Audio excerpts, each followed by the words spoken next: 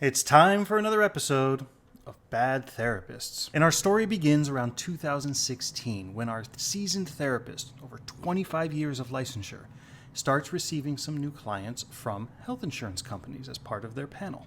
And this therapist doesn't just offer individual and couples therapy, they also offer what they call the Self-Awareness Weekend. A weekend retreat that, as the therapist said to one of these clients, will, quote, emotionally heal and cleanse you, and that past participants and professional therapists have stated is equivalent to 1 or more years of individual or group therapy. So with that in mind, these clients began working with this therapist. But as often happens, the relationship didn't work out, and the clients decided to pursue other therapy options.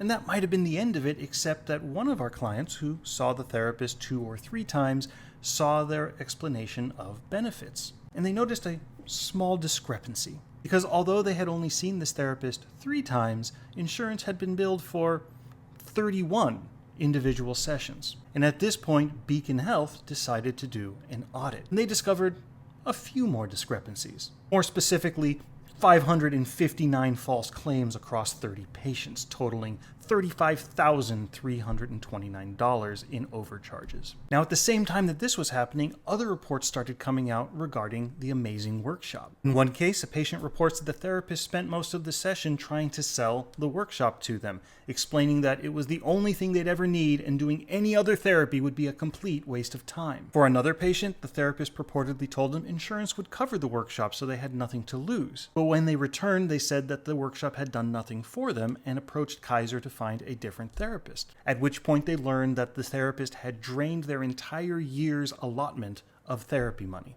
and that therefore insurance would not cover any more therapy until the following year. And yet another client, in this case a couple, said that part of this amazing emotional healing included the therapist telling them that they should stop talking because they were, quote, making their brain hurt.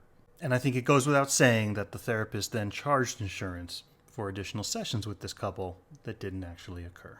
Now, at the end of all of this, the Department of Insurance began an investigation, and when asking for records, the therapist replied that they had shredded them after having to pay back Beacon Health. Because one thing we've all learned in the last few years is that the best thing to do when there is an investigation is to destroy evidence as quickly as possible. Needless to say, this therapist no longer holds a license to practice. That's all for now. Stay tuned for the next episode of Bad Therapists.